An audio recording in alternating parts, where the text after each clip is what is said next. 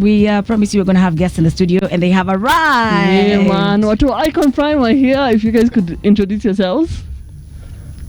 Okay. Good afternoon, our listeners. My name is Amollo Michael Victor. I'm CEO for Icon Prime Investments Limited. I'm glad to be here. It's such a good place. Yeah, we are here to talk about good stuff. You're very welcome. Karibu sana. Great. Karibu. Thank you. Good afternoon. My name is Winnie. I am excited to be at RNC Radio. And I know we are going to have very exciting discussions around here. Yes. For the next couple of hours. Yes.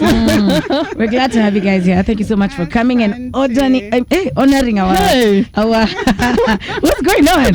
What's going on this afternoon? Anyway, thank you so much for honoring our invitation and coming to, for an interview with us. We are Lady Madai and Rania from the Retro Box, and today we want to talk about everything to do with land. Yeah, we got to someone to talk about shamba. Yeah. We've been saying we are looking for people because we've had stories here, there. Wametukaribisha Nairobi. Wametufunza vitu za Nairobi vizuri sana. Now, we're going to start off by asking you how Icon Prime came about. Tell us a brief history of Icon Prime, when it started, how long it's been operational, what was the motivation behind Icon Prime? Okay, so if I could go first, I would say Icon Prime is a real estate company registered here in Kenya, practicing for the last 5 years. We say Icon Prime is a land buying and selling company, and there's a reason as to why we insist buying before we say selling. Okay.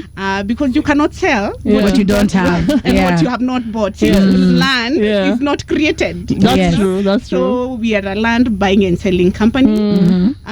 We keep saying we have 4 guiding pillars. And one of our pillars is what I have said. We first buy and sell. So we sell to you what we own. Okay. What is fully it is already under your company name. Yes, what is fully registered in Icon Prime Investments Limited. Right. Our other pillar, we keep saying we do not have things that go around under the table. So for all our properties that we sell to you, we sell to you all inclusive land prices. When I say all inclusive, I mean we pay your stamp duty, we sort out your legal. But I would want to put a disclaimer there. If you want to come with your own lawyer, we are very, very, very open to that. But if you're using our legal department, we take care of that 100%. We take care of the stamp duty and the title processing. And for all our clients who are in the diaspora, we have a partnership with DHL. So we will make sure once you buy with us, everything from beginning to the end is hassle free. We keep saying from pitch to pay to delivery, we will make sure you have a hassle free process. That is why sisi hatuna kukaribishana Kanairo. Yes, I was telling you about how they did me badly, So I just want to know the process. Just take me through that process of I've identified a land, yes, and I was telling you guys about the Nanyuki land, yes. So tuseme hii ndo nataka. How do we go through that?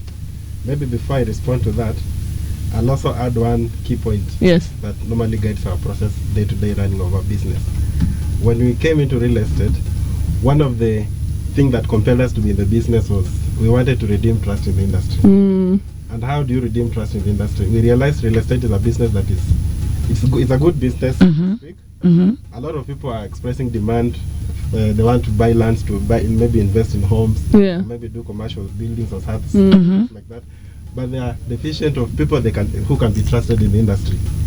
There's a deficiency of people who can be trusted in that space. So we wanted to be among the few players, or maybe players who can be dependable, and trusted, who can be trusted and reliable at that particular point. And that's why Icon comes into the picture. So, and because we want to be trustworthy throughout our business operations, it's not just a one-time event, one event. It has to be embedded in all our processes. And this also goes hand in hand in how we procure our lands. And the first thing we begin is proper procurement of our projects. How do we do this? We have identified the land. We have to involve the surveyors. We have to go and actually demarcate that the land exists. We have to do search for the land. And search, we're not just doing the paperwork search only. We're also doing the historical search to see who had owned maybe this the land before. What was happening here and all transactions, that. how are they? Yes. Are there encumbrances on this land? Are there legal challenges on this land? Yes. And stuff like that. So before we put our money there, because remember when you were saying, one of our pillars is we sell what we own. Yes. Therefore, we also need to be sure that whatever we are owning and bringing to the public as a product, we have to ensure it is something that even Icon or myself as Victor, I'll be proud to hold on it for a longer time. Yes. So sourcing is one key part that we have to get it right. And that's we have Icon Prime's two biggest what can I even say, CEO, founder, and the people who basically made it exist. And they're right here with us in studio, and they're telling us, first of all, we're having a brief conversation before we got to the pillars and before we started the interview, and they were telling us about how they started in 2019, and they were telling us about their teething period for them to discover themselves, and to guarantee us that they're going to give us the best of the best. Yes, the best quality, and give us the easiest and most seamless way of getting land, right? Now, you had spoken about the way you guys do everything from getting a surveyor, from getting the lawyer, from making sure the land is proper, the history of the land. Now, I want to ask a question. As owners of such a company, is this information easily available? Because I've come across people who are saying, majaribu kununua, majaribu kuuza, but then things were not going as seamlessly as they could. Is there information about this property easily available? And do you guys also provide it to your clients as well? Yes, the information is available. And actually, one of the things that we normally do is, first of all, to ensure that our client is well informed before they can make a decision to invest. Okay. Information comes on the moment the client has expressed an interest to buy land from you. You have to avail everything that is required as far as that piece of land is concerned. So in this case, we shall share the history of how we came to acquire the land, the consents, the sale agreements, it will be things to do with the survey maps, the registry index maps, to show actually that before we subdivided this land into several pieces, it used to look like this.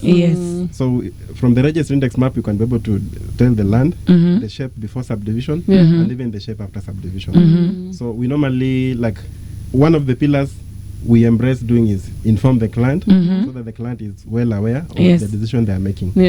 And we say that we sell what we own. So even part of the things that will come out is the title deeds.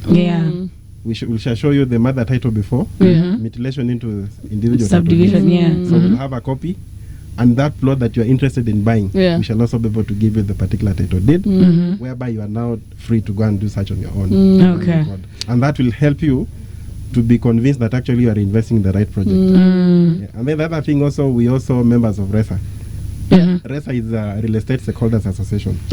This is a body that we belong to as partners in real estate who are championing the common goals. And our goal here is to ensure that we are redeeming trust in the industry and also to carrying out our business in transparent manner. So also one of the things to confirm that the company you are dealing with is a legit company, you also need to verify, are they affiliated to like-minded people? In this case now we have the umbrella body called RESA that we also belong to. Because a lot of people, in the same breath for what you're saying, the biggest problem people have when they're purchasing land ni brokers. And then you end up getting fake title deeds and all that. Nakwambia wewe wekelea pesa kwanza, title tutakutolea. And then some Kenyans are quick and eager to, that the spirit, you want to have something that you'll be proud of. To own something. You want to own something. So if you're not also careful to see and perhaps see these loopholes from the word go, you might end up now being a statistic that real estate are cons, but yet we have people who are legit, who do it the right way. If you find somebody hesitating to give you this information, if somebody is hesitating to give you a mother title deed, even if it's a copy, then some of those things are red flags. Or maybe you intend to go visit the land, for you to be certain that the land exists on the ground. Then somebody does to stories here. Today. So you should be very keen on such red flags. Ama mtu alikwambia, for instance, let me give a location where we are selling lands. I tell you I'm selling land in Diani, for instance, and I'm telling you I'm near this and this particular maybe site. For instance, let me give our project Iconic Breeze Phase 2. We are only like 1.5 kilometers from Neptune Beach Hotel. So we are at Neptune Beach Hotel. Mekupeleka a direction totally different from what I had initially told you. Yeah, I told you it's Neptune Beach Hotel, but you are seeing the opposite of where you expect to be going. Yeah. So some of those things are red flags. Yes. Be keen. The information you are given upfront. Yes. You can maybe have it at the back of your mind as you're going to do site visit. Sasa unaanza kuona, are they ticking boxes? Are they ticking boxes? And for Icon Prime, I can say we deliver what you say, and we stand with what we say. We cannot say one point today, then come the next day we are stories. Yeah. Let me tell you, there's something you said about kukaribishwa Nairobi. Yes. I'm telling you, even the real estate, I don't want to say lenders, vendors. Yes. I want to say the real estate companies. The kind of hassle we go through before we tell you we have land that we are ready to sell. I think it's among the things that we had to put in our mission statement, that we want to offer our clients a hassle-free opportunity to buying land. Yeah. You asked if it's easy to get some of this information. Yes. You will go to the registry and you do a search. Na search ipite. Yeah. But let me tell you, especially if you're buying land to sell, that is not like your green leaf to putting the money and to telling people that you have a land. There are so many more processes. There are so many other processes because sometimes we will do that and we get a very good report from the registry, and we do even a green card search, na ikue safi. Also, we look at the history of getting that land. Probably it's somebody who inherited the land from their family. We also want to go and see what the grants, are they verifiable, are they clean, is the administrator the person we are dealing with, and all that before we buy. It could also be very, very clean, all that. But then when we go to the ground, the boundary is not as it's supposed to be. Either maybe it's it's tending to get to the neighbors inakula kwa jirani, ama the way it is on the paper, it is not what it is on the ground. So we also do a lot of boundary verification. In that one, we engage even the government surveyors. We have to write a letter through the chief, and the chief has to summon all the neighbors wenye wanazunguka hiyo shamba. Oh, really? Because we want to give you a hassle-free opportunity to own land. We don't want you to buy land and then 3 years down the line kuna mtu anakuja kusema umeingia kwangu. So we want to caution all our buyers from those kind of things. That is why Victor said, before we tell you we are selling land, I think most of the work, we actually say work is not to sell. Work is to source the land and to ensure it's ready for selling. And this would go by for every company whose integrity is their guiding principle. Because if the integrity is not your guiding principle, clients wangu wanataka shamba wapi? Diani. I go to Diani, I quickly get a land, I get a title deed, and I'm like, kujeni, niko na shamba. But then the other things that you forgot and that you ignored, then they're coming way later after you have even exited the project and you have handed over. So we want to ensure. Sometimes we even go through, we do a search in a PITA, we do all that. But by the time you're going to the boundary verification, if we have some neighbors that are not willing to turn up for that, so that now we can finalize the process, we tell the owner, you know what, we loved your land and we thought it would be a very good deal for our clients out there. It's something that would give them what they want. Should it be immediate settlement or speculation or whatever. But cause kuna neighbors wako wamekata kukuza verification, then we call it a wrap and we say we will do business another day, and that's it for us. And how long is the period that usually you guys take to acquire this land? Like for clean land, for example, if I want to come and buy from you, like how long does it take for you guys to go through the whole process with me and for me to finally get the title and tell me now in yako? Like for how long is that process? Okay. At the point of purchase, we don't rush. For us now, when you're sourcing, we don't rush to get the land. Okay. And that's why, like Winnie has said, if the deal does not make sense to us, rather if there's something we realize is a miss, then we'll rather walk away. So we might even take like a duration of maybe 3 months or 6 months. We have even a property that we've been chasing. It took us like almost a year just for us to be certain that this land is legit, and now we are good to go with it. And to help us that, we have a projects team. Their work is to purely get engaged on the ground. Like now, when you're buying land, you just don't wake up one day and you say we want to go and invest in a particular region. We're also guided by research, the data that we interact with, the clients that we interact with, the feedback that we get from our clients. So they help us to know which are areas of interest that people perhaps are looking to us to invest in. So through guided approach of our projects team, which includes surveyors and also project guys like the ones who carry out the value additions, now we are able to tell we have identified land A. Now we are able also to meet the owner, discuss the terms, and if we agree on the terms, that's now when you go ahead and start working on the aspect of the boundary reviews and what have you, so that we ensure that we have gotten the right piece of land that we want to sell. After now doing that, we work on transferring the land to the company name from the person we are buying from now to Icon Prime. And then after that, now we have the mother title as was whole under Icon Prime. And then after that, now we carry out what we call subdivision, again guided by the surveyor.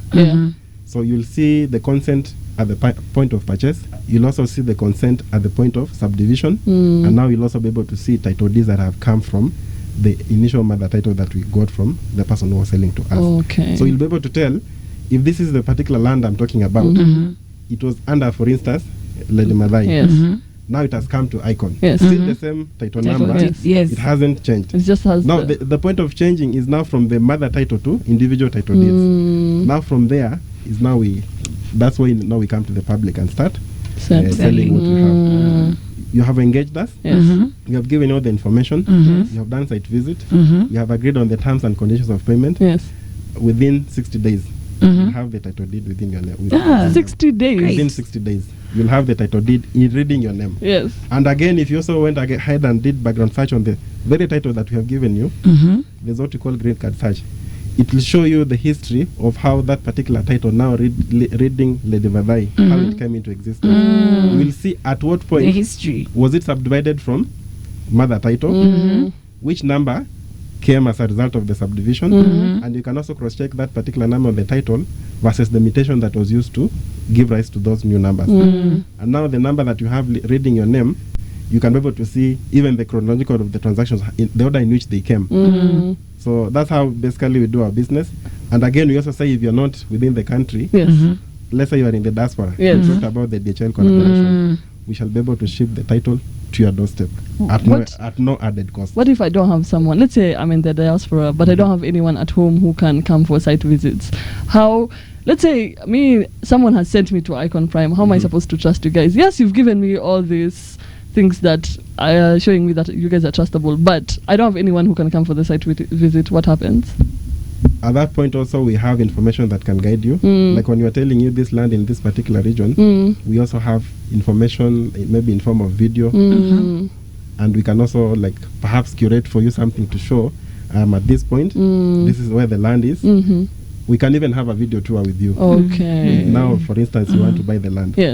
I can tell you now I'm here. I'm going to show you the piece of land you're interested in. And we have done that to so many clients. A couple of clients. We have seen people who we have traded with, but we have never met physically. But when they visit us now, they have come to, like people living in the US, UK, what have you. They've come back for holidays.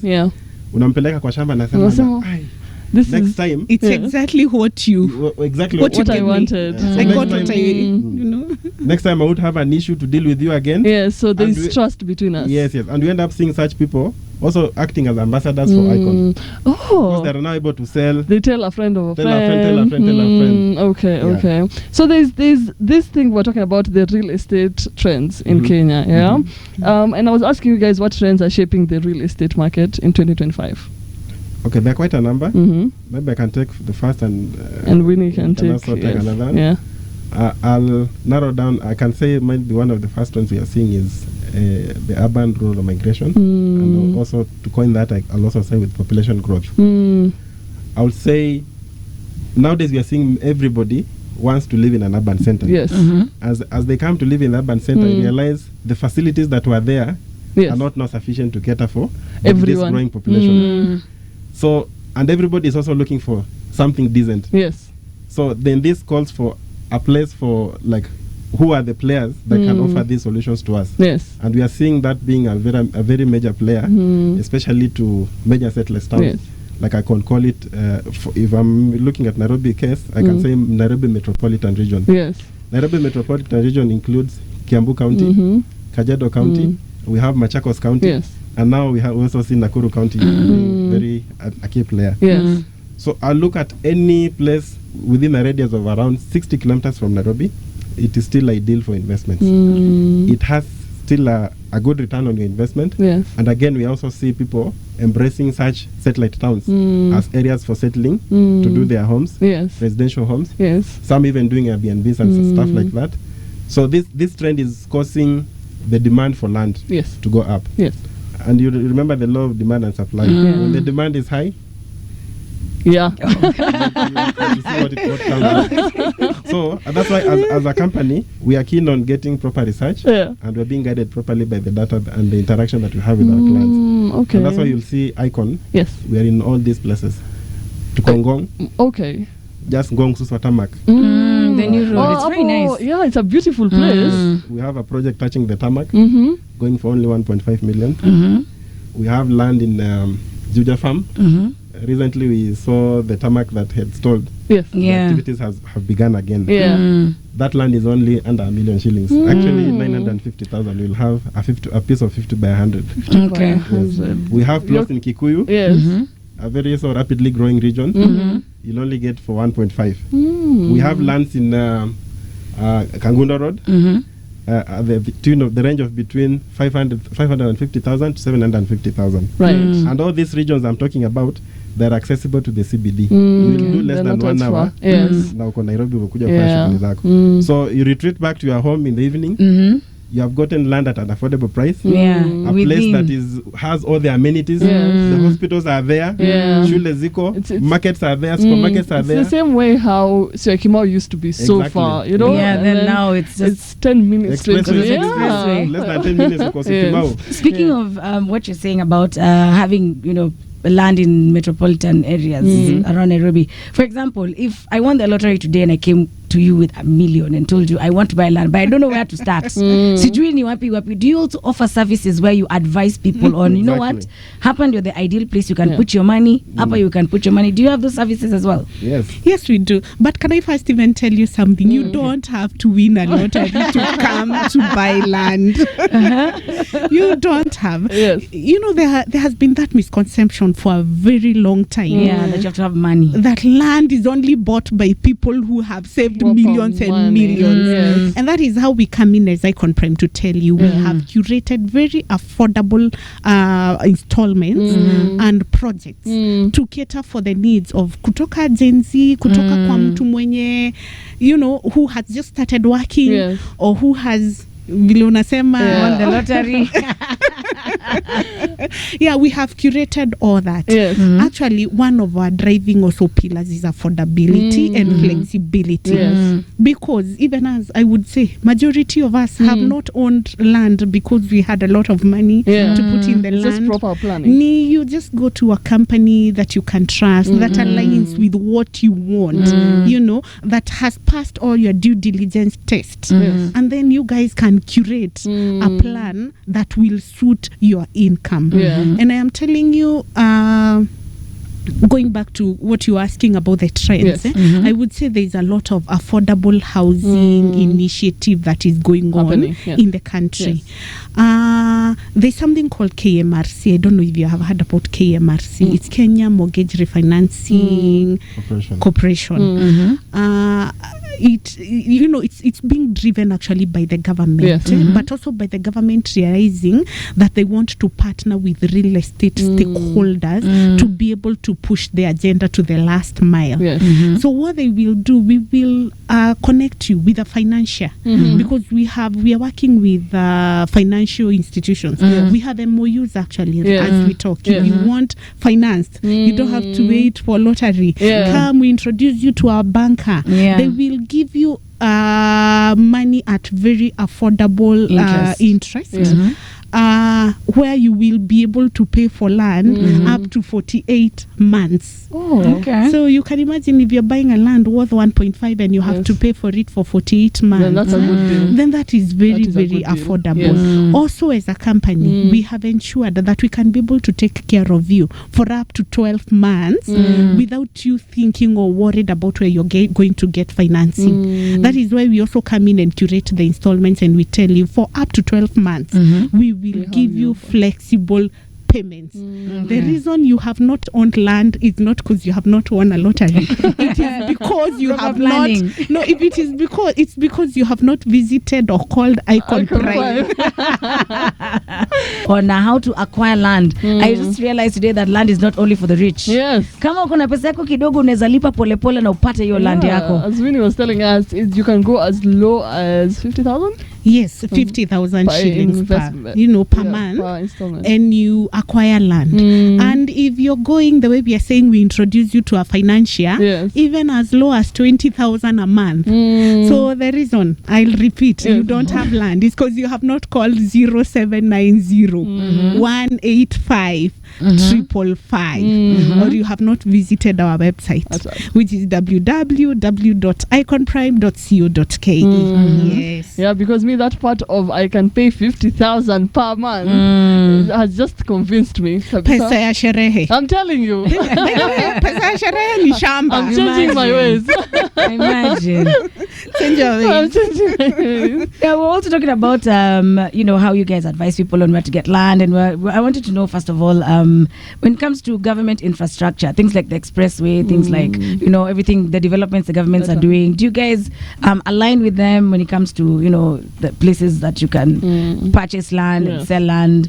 Do you also advise people on buying around those infrastructure and amenities that the government has provided? Basically, when we're even sourcing the land, we keep saying we have three things in our mind. Either you will build a home there, or you will build a commercial building that will earn you income, or you will keep that land for speculation so that you're able to make money with it later. That means we really have to check where is the government going, where are they taking infrastructure, so that we align, because it is those infrastructure most of the times that will bring appreciation to your land way and above people coming and settling there, because of the way Victor was saying, rural urban migration. Yes. What am I saying?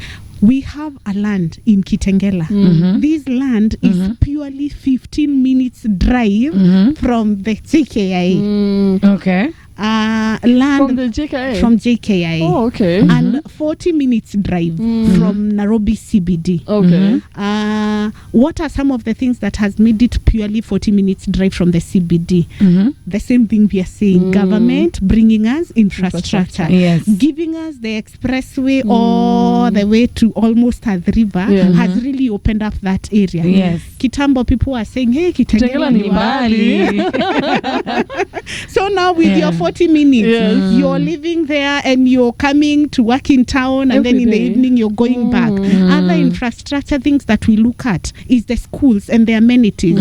Why? Because speaking also from a point of a parent, I don't want to imagine that my kids would be going to school ati wanakaa a whole hour kwanzia waende shule. No. I think I can manage 40 minutes from Kitengela to town, but I want my kids to have the utmost convenience of where they are schooling and they're getting every other thing. Because hospitals, imagine mtu amegonjeka usiku, now you have to come all the way to the other side of town. Yes, hospitals, shopping malls. I want to have the convenience of, I'm living in Kitengela, I want to go shopping, I can dash and go to Kitengela Mall or another place within there and pick whatever I want, because that would be like a 7 minutes drive from where our project is. If you're talking of schools, you're talking of good schools, Akina Kitengela International and so many other schools within the neighborhood. So we want you to go there and not just live there. We want you to make a home that is suitable for you and that is suitable for your children. Another place that has greatly impacted us when it comes to the government infrastructure and us aligning with the same is Ngong. We have actually, like the way Victor was saying, a land that typically touches the tarmac. Yani, Lami, Shamba. Okay. Yeah, and it's very affordable. Yes. It's going for 1.5 million. And all the charges, the way I said, our pillar is we give you an all-inclusive price. One way the government has helped us with the infrastructure, they have opened up that road all the way kutoka Ngong kwenda hadi Suswa. A very smooth tarmac road. From the CBD to where our project is, it is 37 kilometers. What am I saying? I keep giving reference with kutoka Nairobi kwenda Thika. Naambia watu kutoka Nairobi kwenda Thika ni 42 kilometers.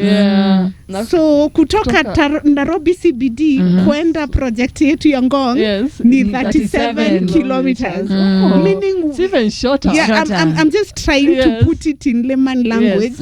Like going from CBD to where our project is in Ngong, it's actually shorter than going to Thika from Nairobi. Government has opened up that road. Also, government has done something else. They've brought affordable housing project in the heart of Ngong.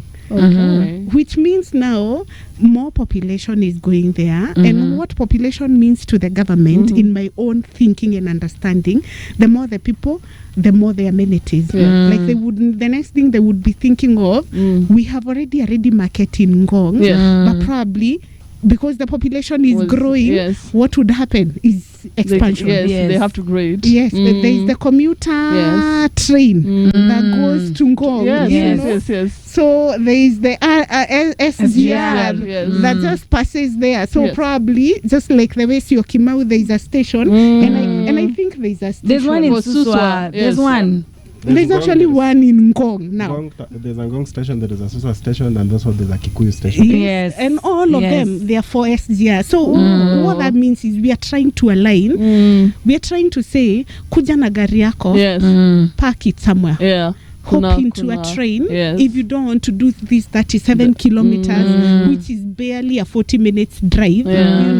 Hop into a train, get to Nairobi, do your business, come back, go back. So we are really trying to align. Go to Kikuyu, the area has expanded. I don't think kuna mahali kumekuwa na barabara kama Kikuyu. Imeendelea. I'm telling you, everywhere. Like our land is 200 meters from tarmac, and also going for 1.5 million.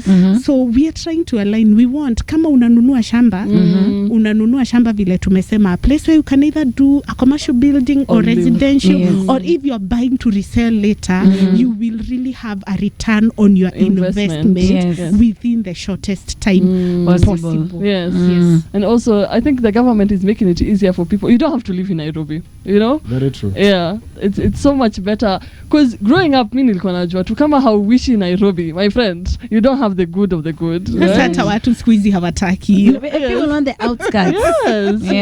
Which is fantastic.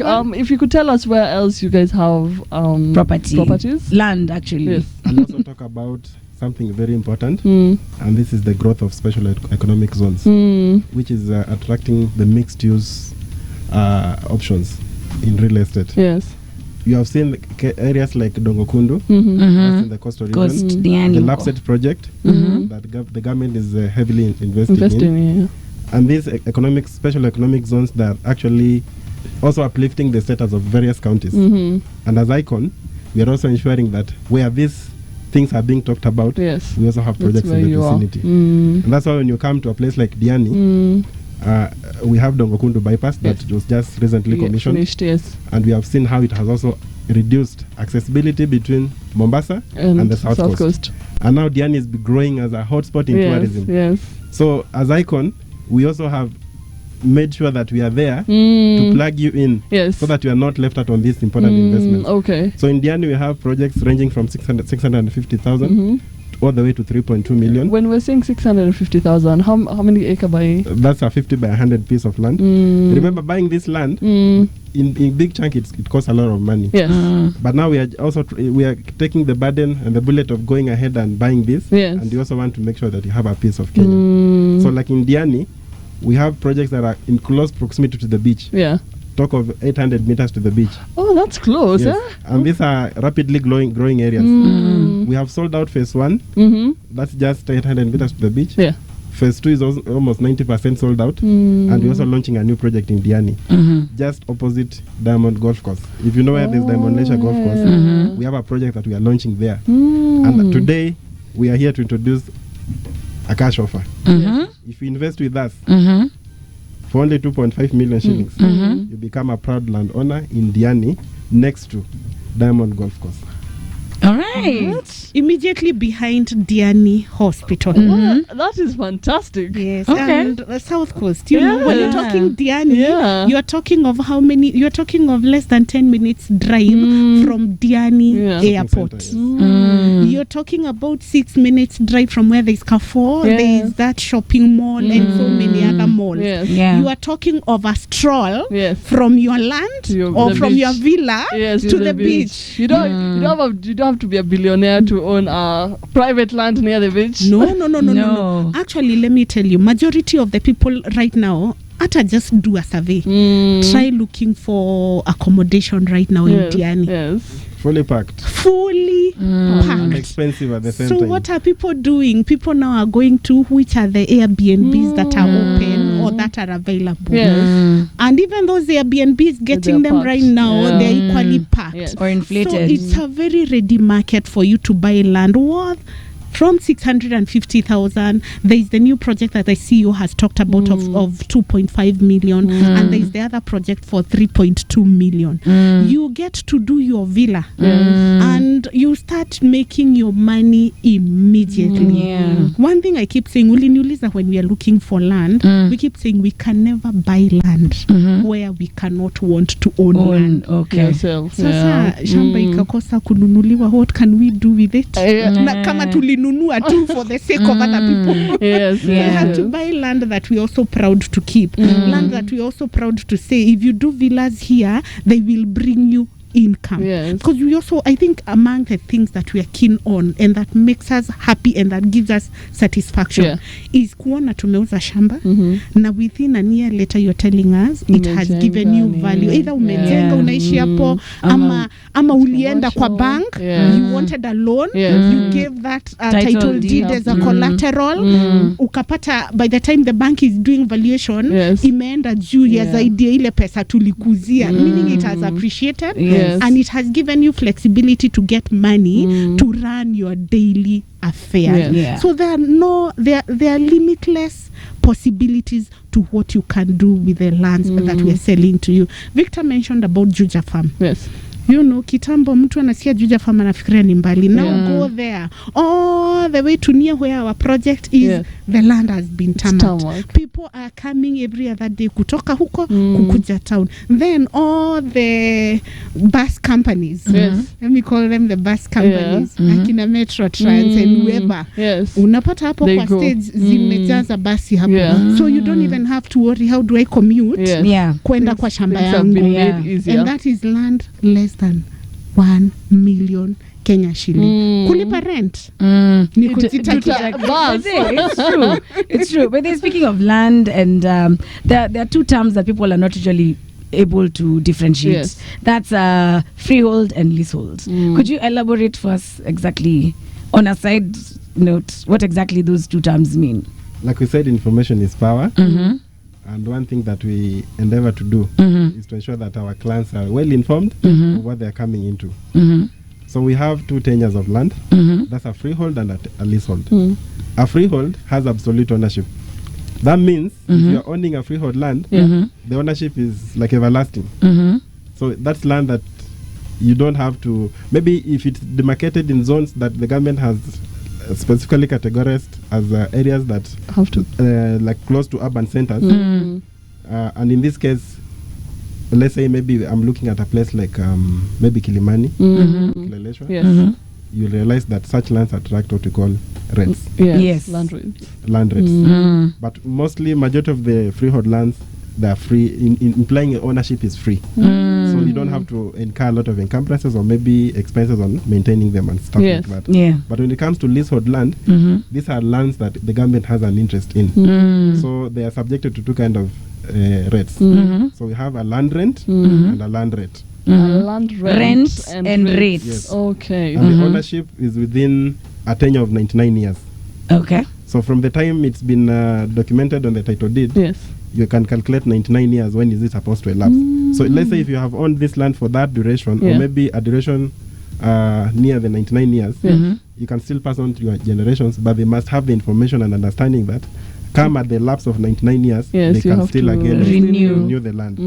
So I think they usually, even the county governments usually notify you when the 10 years are about to expire, so that now it's you to decide, do you want to sell it, or maybe do you want to return to the government, or stuff like that. But if you still want to use it, you are given the first priority to do an extension of another 99 years. Okay. So those are two maybe confusing terms, and it's always good when you're buying land, you be informed. And again, one more thing, we have like, let's say, of people who are either married or got married to foreigners, for instance. So if you have a husband or a wife who is not a Kenyan, they can also own land, but it has to be a leasehold land. If it's a freehold land, then you as the spouse can help them also to become part of the process of ownership. Okay. Like now, if, for instance, if maybe my wife happens to be a UK citizen, she cannot own land directly as within her name only. I have to be in the picture if it's a freehold land. And maybe in that case, we can register a special purpose vehicle to help us now, both of us, to like have the ownership within the particular title deed. But if it's a leasehold, then on her own accord, she can be able to go and own individually. Oh, I didn't know that.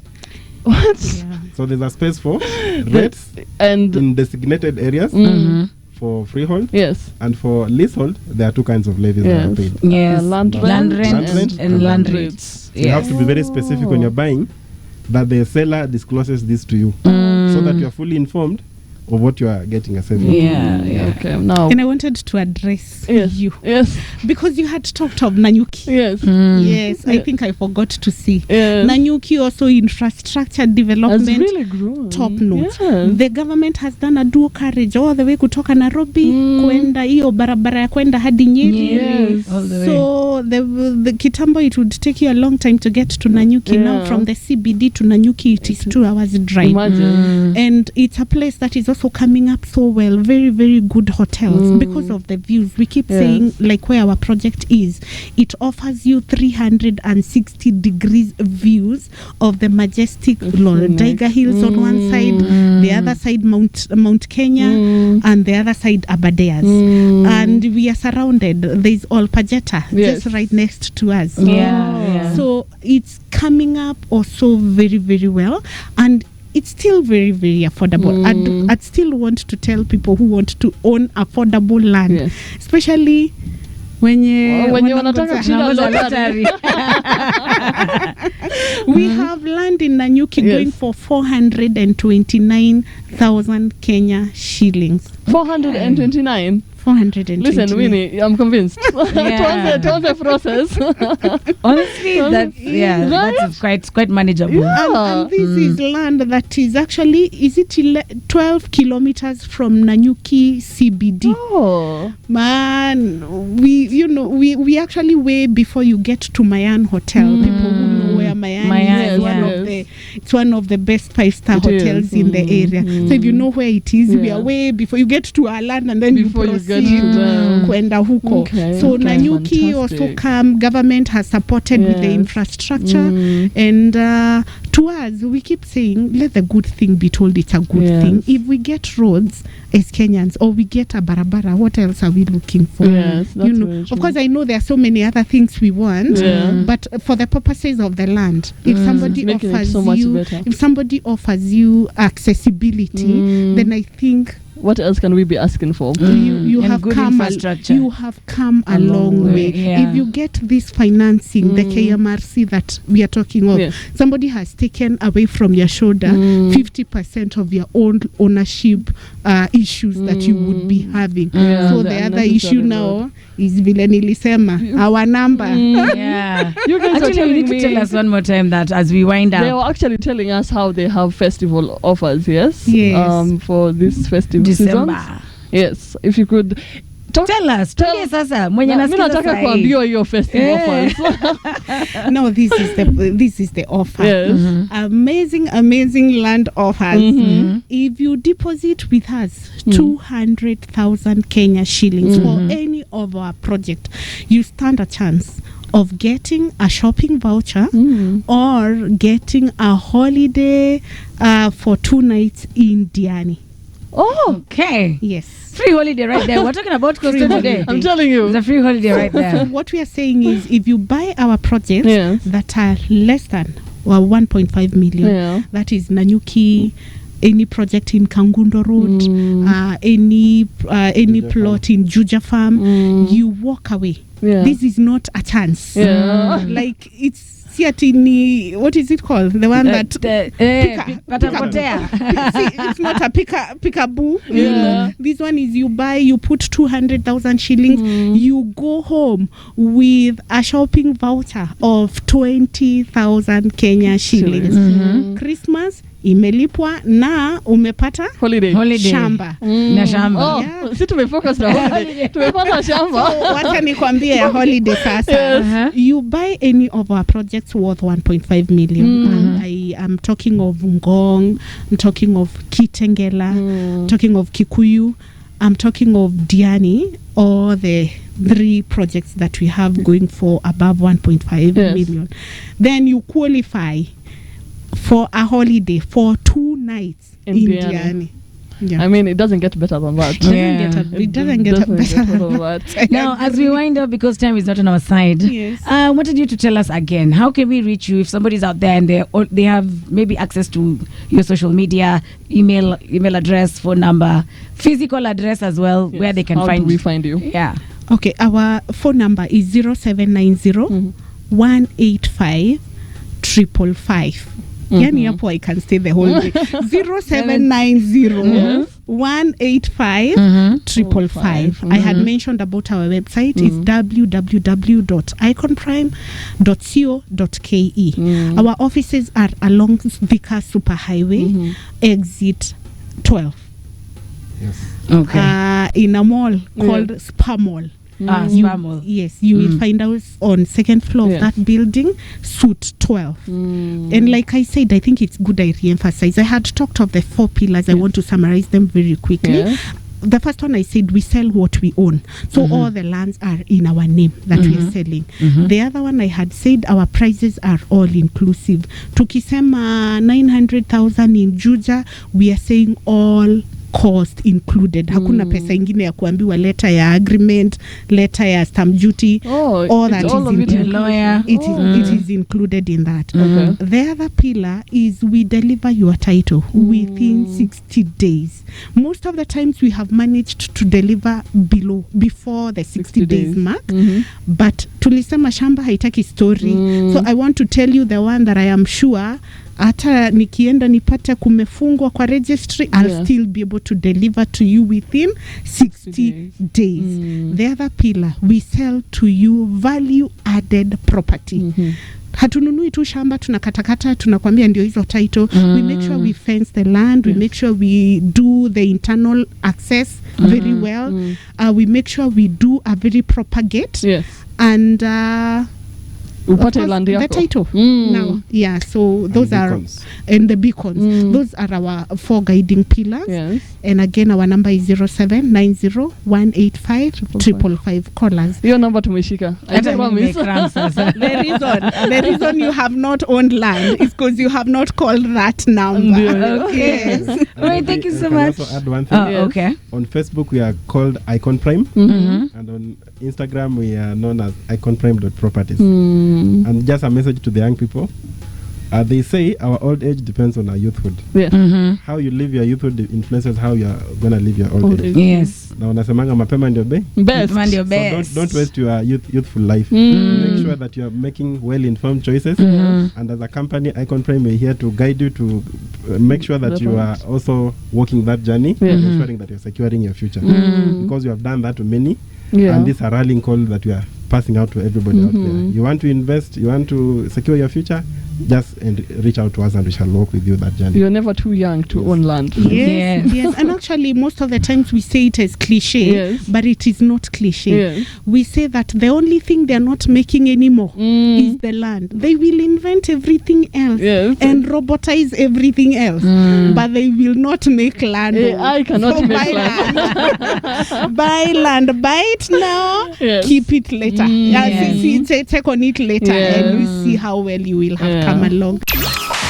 Radio Generation. Home of hard truths and bold insights.